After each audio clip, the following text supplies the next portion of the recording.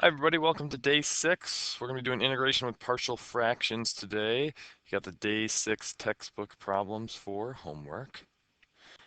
And we'll leave the homework answers up here for a couple minutes for you to check.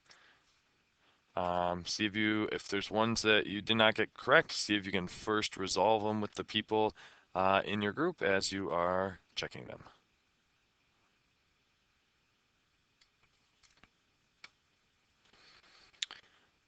All right, so what we'll do is just as I flip through the worked out answers, just shout out to the sub to pause there if you need to look at the worked out answer for those particular ones, and then let them know when they can go ahead and restart the video. So I'll leave it on the worked out solutions of each ones for about 10 seconds and then scroll it through. And again, just shout out to the sub when you want them to pause at a certain worked out solution.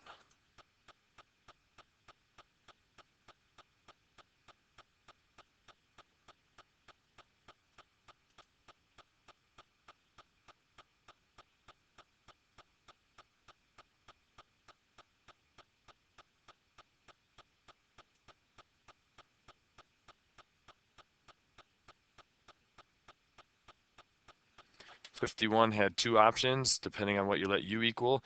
You could let u equal the cosecant, then you would need cosecant cotangent left over, or you could let u equal the cotangent, meaning you needed the cosecant squared left over.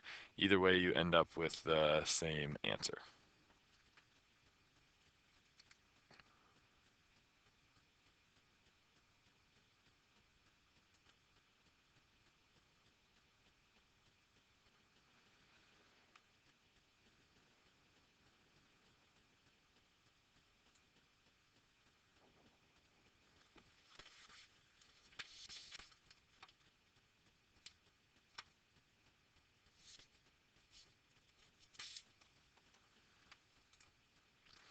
Okay, so we're going to be in the day 6 in the notes packet.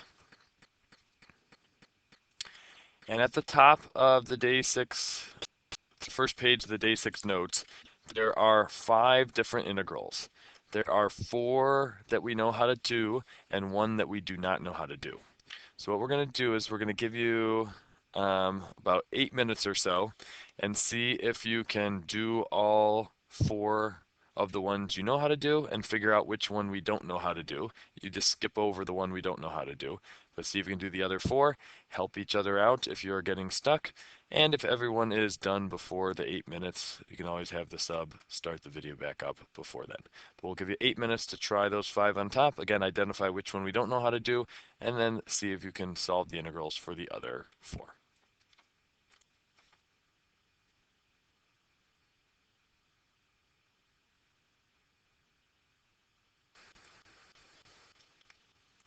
All right, so top left we could do division, candidate for synthetic division. When you do that, you get x minus 5 plus 14 over x plus 2. So you got half x squared minus 5x for those first two antiderivatives. That third one, you can really think of it as 14 times 1 over x plus 2.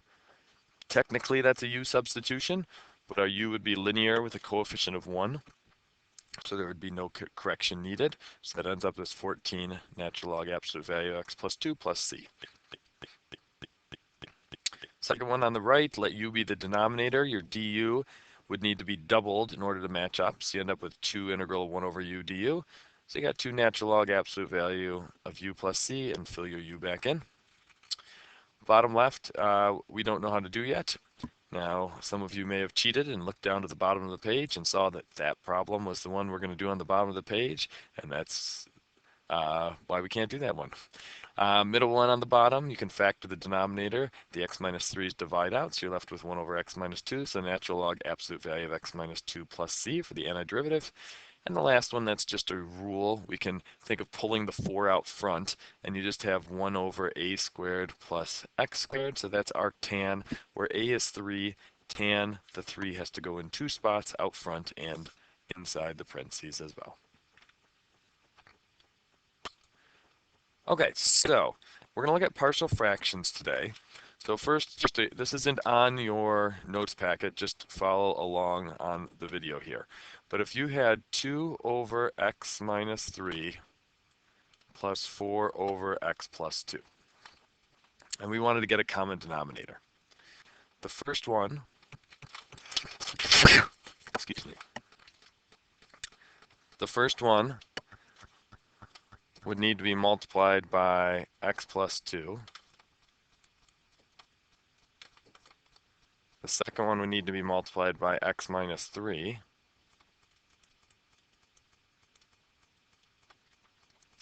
So we would end up with 2 times x plus 2 plus 4 times x minus 3. And that would be over our common denominator of x minus 3 times x plus 2.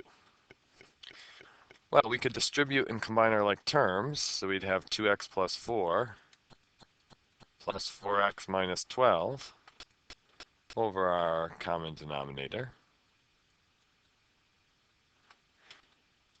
And this would end up becoming 6x minus 8. And you could either have it over x minus 3, x plus 2, or if you want to have that multiplied out, you could have it as x squared minus x minus 6 as well. That's just your preference. Well, what partial fractions is starting with this last thing that we have here and wanting it to end up with our original. So it's essentially uncombining like terms and unseparating the fractions that we got a common denominator of. And that's what we're going to look at today, is integrals that can be resolved using partial fractions. So on the bottom of the first notes page there, our thought process would want to be when we get this, that denominator degree is 1 larger. Let's maybe let u equal the denominator. Well, in that case, we would get du equals 2x plus 1. There's no way we can multiply that to be 7x plus 5. Then you might think, is there a way you could split it up, do 7x over something plus 5 over something? Well, you then have to try completing the square, things like that, and that probably is not going to work either. But the denominator is factorable, and that's a clue that you should maybe try partial fractions. We want to multiply to -2 but add to 1, so that's x plus 2 and x minus 1 dx. And what we're going to do is leave our integral alone for a moment, and we're going to go off to the side. So we've got 7x plus 5 over x plus 2 times x minus 1, and that should equal something with separate fractions. So we saw this with last year in pre-calc honors,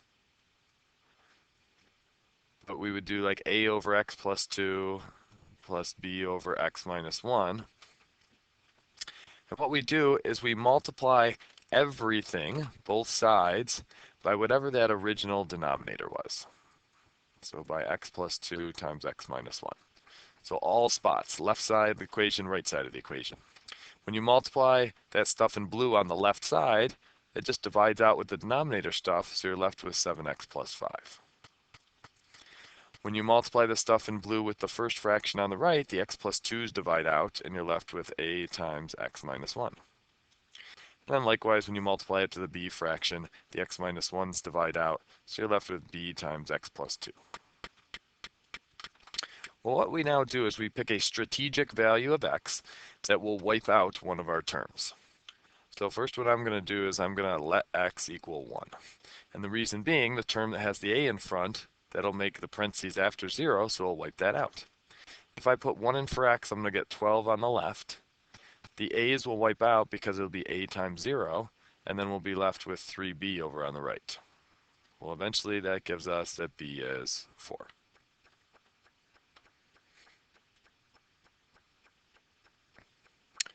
So then we're going to pick another strategic value of x. Let's let x equal -2.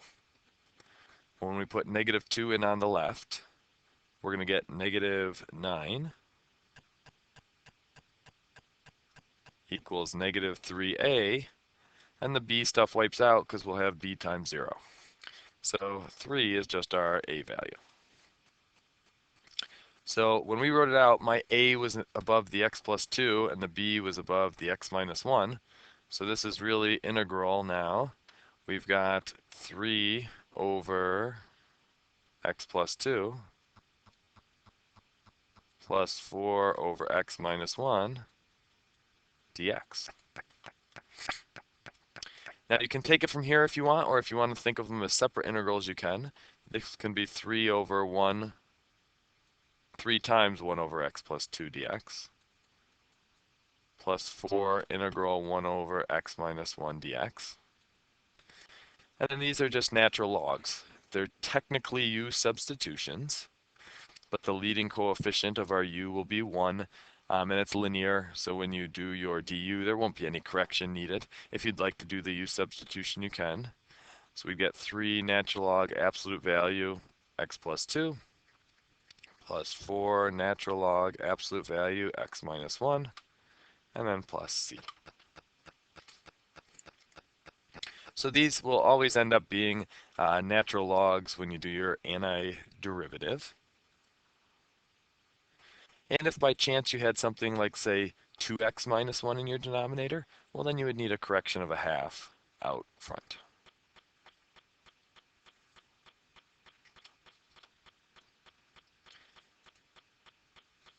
So if we go to our next one, we'd want to recognize denominator degree is larger. If we tried to let the denominator equal u, du would be 4x plus 3, and there's not a single value we can multiply 4x by plus 3 by to give us 9x plus 3. So we would want to think, okay, let's see if this denominator is factorable. We would need 2x and x, and then the only way to get negative 2 is either negative 1 times 2 or negative 2 times 1.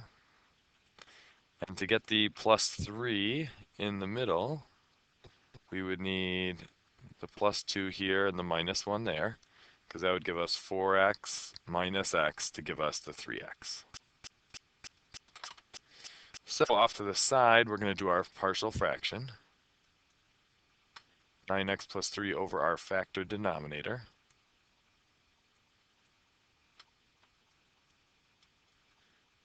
It does not matter which one you put a and b over.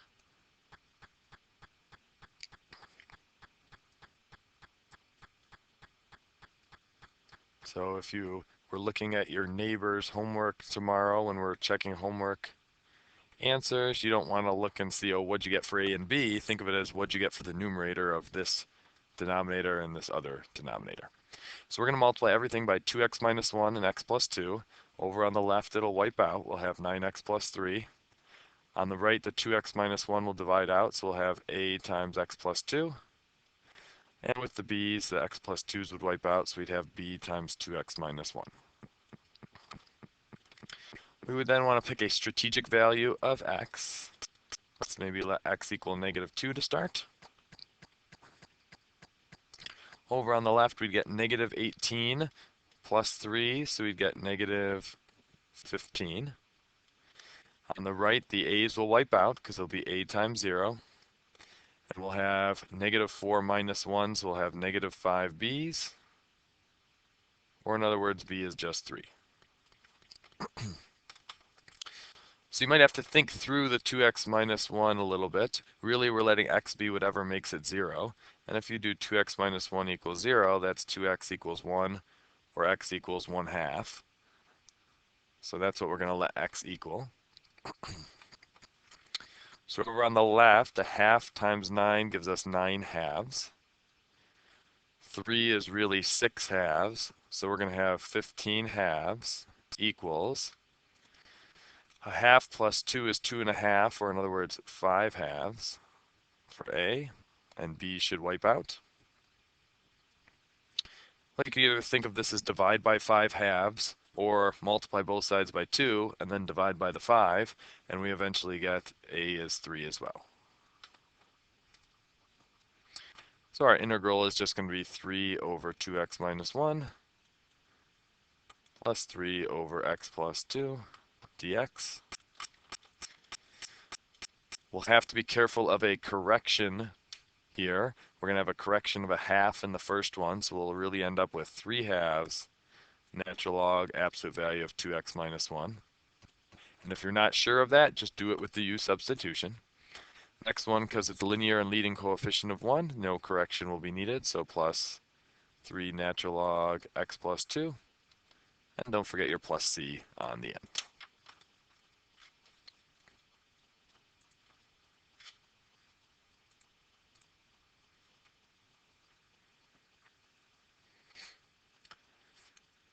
So for our next one, denominator is not factorable, it's just a single thing. We've got a whole different scenario here. Here we've got numerator degree is larger than denominator degree, so we want to think division. This is a candidate for synthetic division because we've got a linear denominator with a leading coefficient of 1. Now really, that's 2x cubed plus 0x squared plus 0x plus 0. We've got to hold all those spots. So 0 for the x squared, 0 for the x, and 0 for the constant.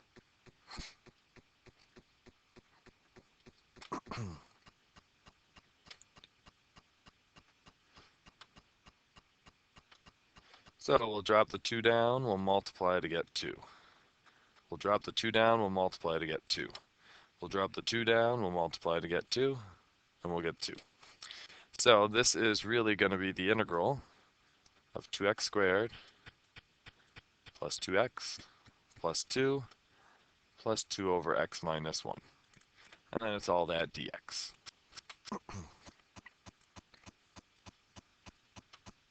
So our antiderivative, exponents go up 1, so we're going to get 2/3 x cubed plus x squared plus 2x. We got a natural log going on here, so we'll have 2 natural log absolute value x minus 1, and then plus c on the end.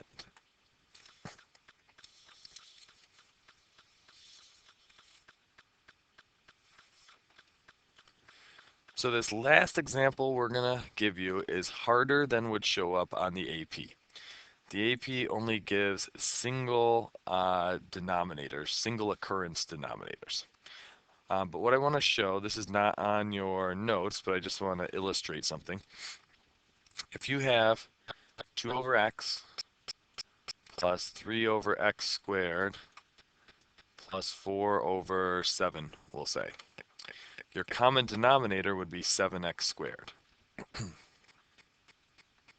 You would end up with 14x for this one, 21 for this one, and 4x squared for that one. So what I want to highlight is if you have something squared, you could have had a fraction that had that thing squared, or you could have had it as just a single occurrence. So it could have just happened once. So because of that, we need to take that in account when we split up our partial fractions. Again, on the AP exam, they don't give you ones this hard, but in later math courses, you could run into this, so I just want to make sure we've at least seen it once.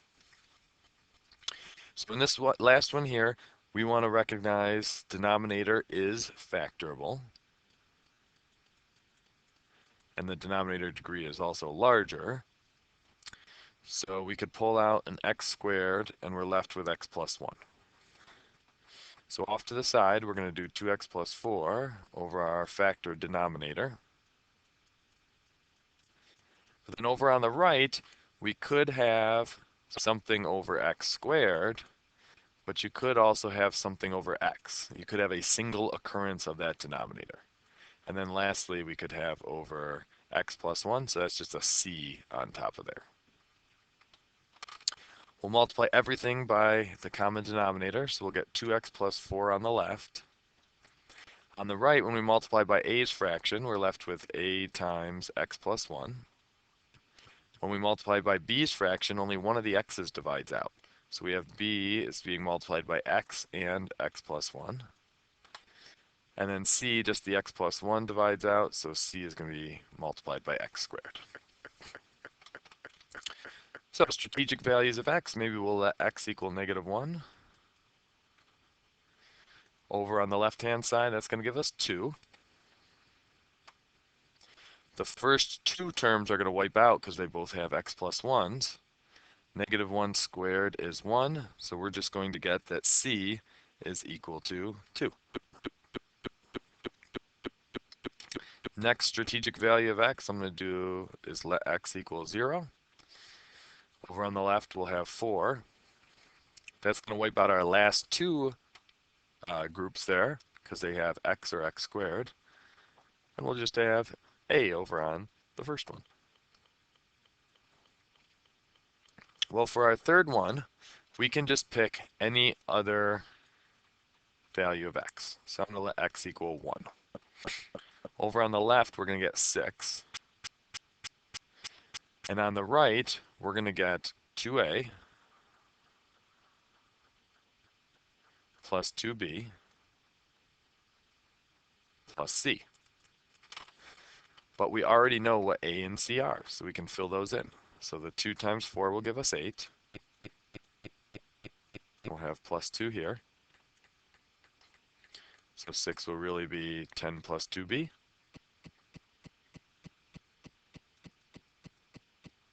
We'll get negative 4 equals 2b.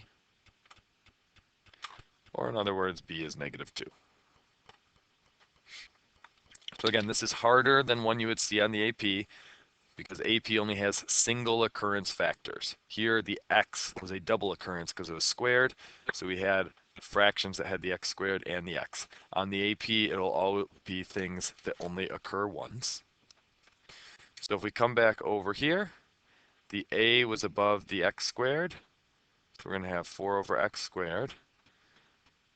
We'll have, oops, I put a plus, but this is actually negative 2. So we're going to have minus 2 over x plus 2 over x plus 1.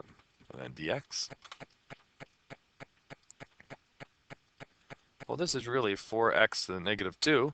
So when the exponent goes up 1, it goes to negative 1. Divide out front by negative 1, we get negative 4. So we'll have negative 4x to the negative 1. Your choice if you want to write that as negative 4 over x. And then these next two are natural logs. We got negative 2 natural log absolute value of x plus 2 natural log absolute value of x plus 1, and then plus c. Both those natural log antiderivatives had linear things in the denominator with leading coefficients of 1, so there was no correction needed.